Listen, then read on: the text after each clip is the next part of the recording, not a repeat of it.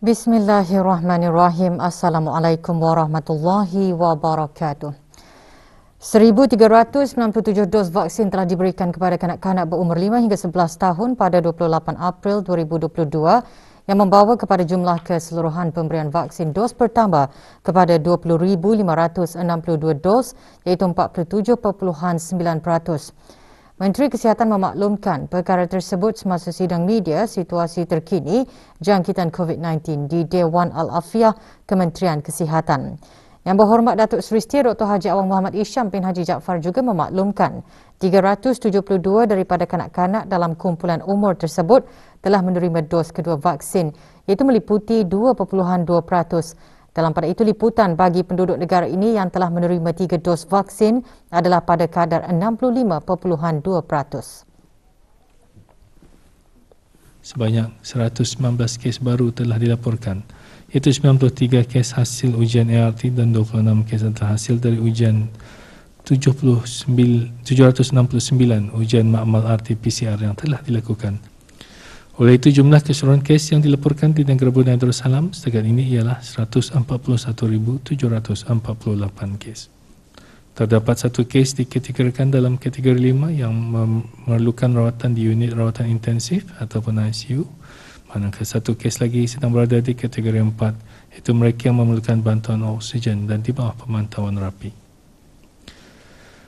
Sebanyak 136 kes telah disahkan sembuh, yang membawa jumlah kes yang sembuh kepada 140,711 kes.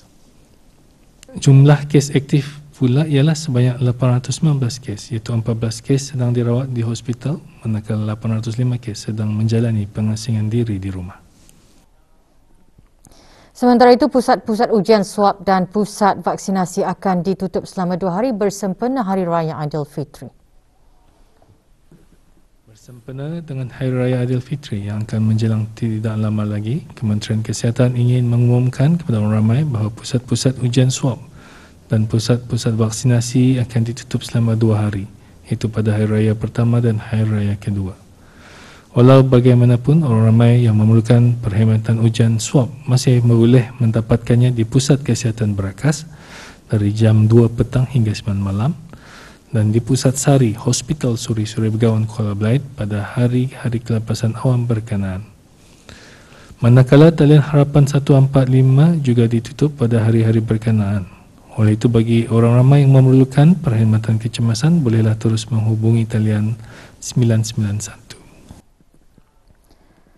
Permohonan pendakwa raya terhadap Ramzidah binti Pehindato Kezuma Diraja Kenal Besara Haji Abdul Rahman, responden pertama, dan Haji Nabil Deraina bin Pihin Udana Khatib Datuk Paduka Seri Setia Ustaz Haji Awang Badarudin, responden kedua, bagi perintah perampasan dan perintah mendapatkan kembali manfaat di bawah perintah mendapatkan kembali aset jenayah 2012 telah didengar di hadapan Yang Arif Pesuruhjaya Kehakiman Mahkamah Besar Hakim Edward Timothy Starbuck Woolley melalui telesidang.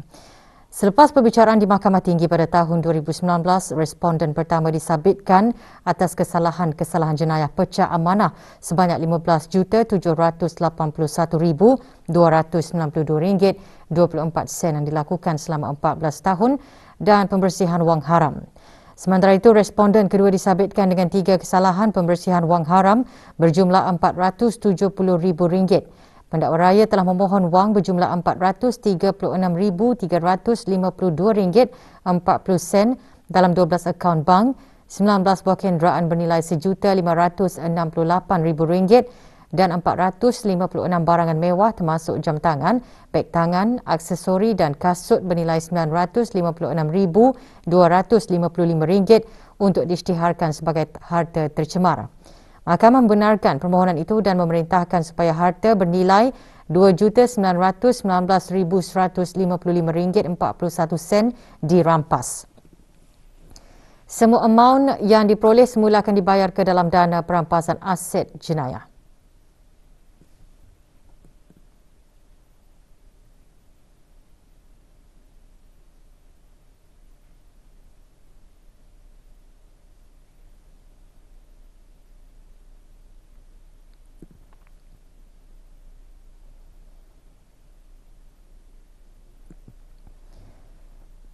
Di samping itu, Mahkamah telah membenarkan permohonan pihak Pendahulu Raya bagi responden pertama membayar kepada Kerajaan Negara Brunei Darussalam baki jumlah RM12,924,334.15 yang dia telah mendapat manfaat daripada penyelewengannya yang tidak diperoleh daripada rampasan itu. Sementara itu, responden kedua telah diperintahkan untuk membayar kepada kerajaan RM480,708.84 yang dia telah mendapat manfaat daripada jenayah pecah amanah yang dilakukan oleh responden pertama. Jumlah yang diperintahkan mengambil kira pertukaran dalam nilai wang dan inflasi sekiranya mereka gagal membayar jumlah yang diperintahkan oleh mahkamah dalam tempoh 9 bulan. Responden pertama akan menjalani hukuman penjara tambahan selama 7 tahun dan 6 bulan selepas 15 tahun penjara yang sedang dijalaninya. Dan responden kedua akan menjalani hukuman penjara tambahan selama 3 tahun selepas pemenjaraannya selama 7 tahun dan 6 bulan yang dijalaninya.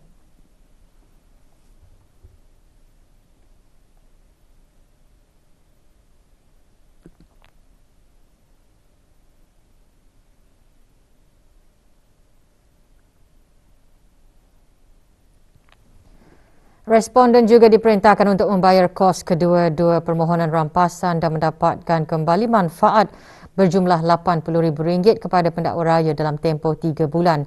Pendakwa raya diwakili oleh Datuk Seri Setia Davinder Singh SC dan dibantu oleh timbalan-timbalan pendakwa raya Hajah Suryana Haji Radin dan Dangku Didi Nuraza Pengiran Haji Abdul Latif dan peguam dari Davinder Singh Chambers LLC, Navin Tevar, Tan Royu dan Ayana Key. Siasatan ke atas mendapatkan kembali aset yang dipegang oleh kedua-dua responden telah dijalankan oleh Biro Mencegah Rasuah. Syekh Nordin bin Syekh Muhammad mewakili kedua-dua responden.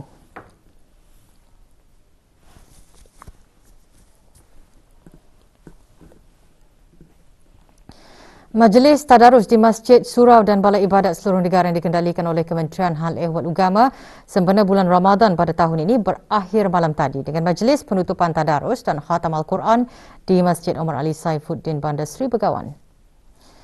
Hadir yang berhormat Pihin Udana Khatib Datuk Paduka Seri Setia Ustaz Haji Awang Badaruddin bin Pengarah Datuk Paduka Haji Awang Osman, Menteri Hal Ehwal Agama.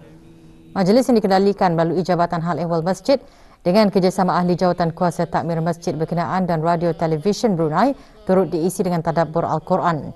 Juga hadir Pengiran Datuk Seri Paduka Haji Bahrum bin Pengiran Haji Baha, Timbalan Menteri Hal Ehwal Agama.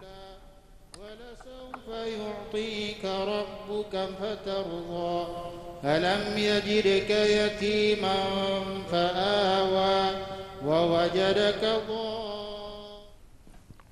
Ahli Jawatan Kuasa Takmir Masjid Kampung Sungai Besar petang kemarin mengadakan majlis khatam Al-Quran di masjid berkenaan. Hadir yang berhormat Pihin Udana Khatib Datuk Paduka Seri Setia Ustaz Haji Awang Badaruddin bin Pengarah Datuk Paduka Haji Awang Osman, Menteri Hal Ehwal Agama selaku penaung ahli jawatan kuasa takmir masjid berkenaan. 24 peserta khatam diraikan pada majlis ini.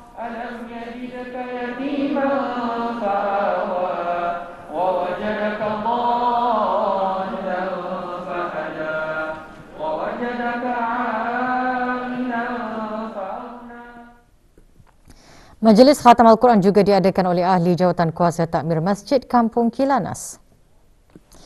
Hadir yang berhormat Datuk Seri Setia Wang Haji Ali bin Apong, Menteri Sumber-Sumber Utama dan Pelancongan. Juga hadir yang berhormat Pihin Datuk Laila Raja, Major Jeneral Besara, Datuk Paduka Seri Haji Awang Halbi bin Haji Muhammad Yusof, Menteri Pertahanan kedua, selaku ahli jawatan kuasa tertinggi takmir masjid.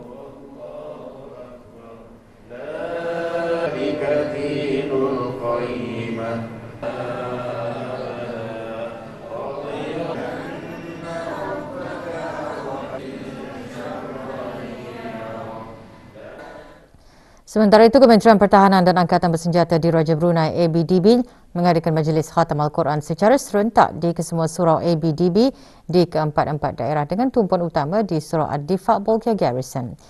Hadir yang berhormat Pihin Datuk Laila Raja, Major Jeneral Besara, Datuk Paduka Seri Haji Awang Halbi bin Haji Muhammad Yusof, Menteri Pertahanan kedua. Juga hadir Major Jeneral Datuk Seri Pahlawan Haji Muhammad Hazaimi bin Bol Hassan, Pemerintah ABDB.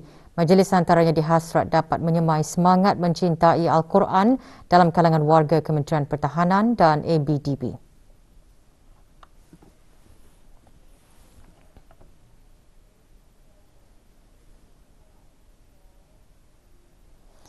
Sempena Hari Raya yang bakal menjelang, orang ramai boleh mengongsikan video ucapan Hari Raya dengan menghantarkannya ke www.rtbnews.fit@gmail.com.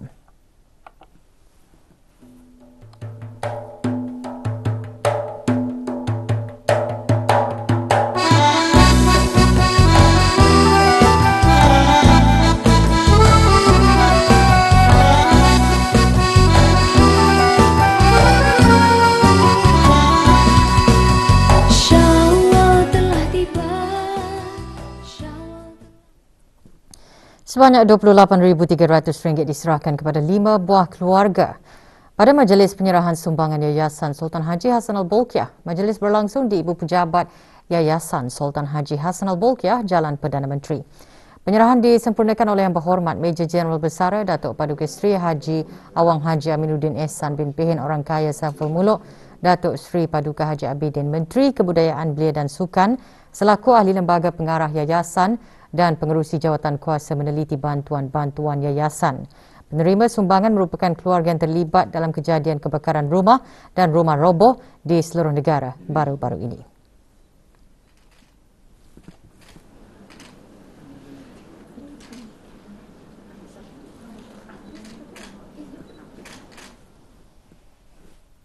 Dalam sama-sama merebut peluang dan mempertingkatkan lagi amal ibadat serta amal kebajikan di penghujung bulan Ramadan, umat Islam turut diingatkan agar tidak lupa akan tanggungjawab dalam menunaikan kewajipan membayar zakat fitrah untuk diri serta orang-orang yang di bawah tanggungan. Perkara tersebut antara disentuh dalam khutbah Jumaat bertajuk menyambut kedatangan Syawal. Perlu diketahui bahawa waktu mengeluarkan zakat fitrah itu terbahagi kepada 5. Yang pertama, waktu wajib, iaitu mulai terbenam matahari pada akhir bulan Ramadan. Yang kedua, waktu sunat, iaitu sebelum imam mendirikan sembahyang hari raya. Yang ketiga, waktu harus, iaitu dari awal bulan Ramadan. Yang keempat, waktu makruh, iaitu selepas sembahyang hari raya. Yang kelima, waktu haram, iaitu sesudah jatuh matahari hari raya pertama.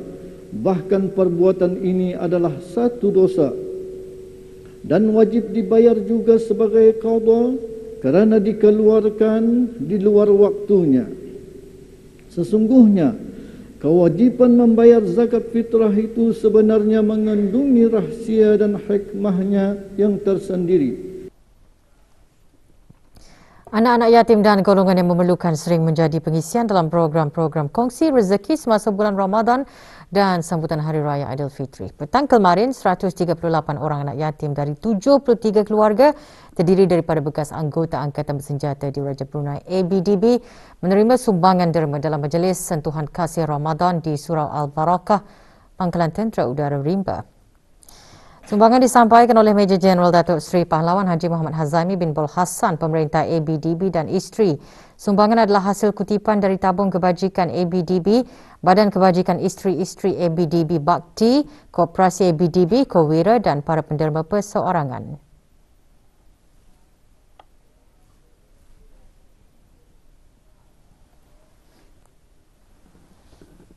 60 ahli persatuan orang-orang cacat berkerusi roda dan orang-orang cacat anggota PAPDA dan anak-anak yatim dari kawasan daerah Brunei dan Muara menerima sumbangan menerusi program berbagi rezeki di Jami Asri Hassan Al-Bolkiah, Kampung Kiarong.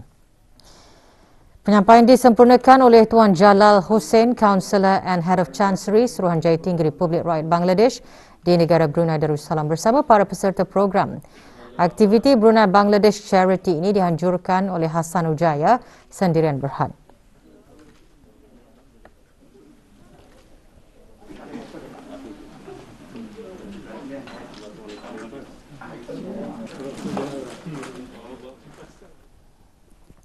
Seratus pelajar BIBD Alaf yang menyempurnakan bacaan 30 juzuk Al-Quran diraih pada majlis Khatam Al-Quran. Majlis berlangsung baru-baru ini di bangunan PGGMB di Ibu Negara.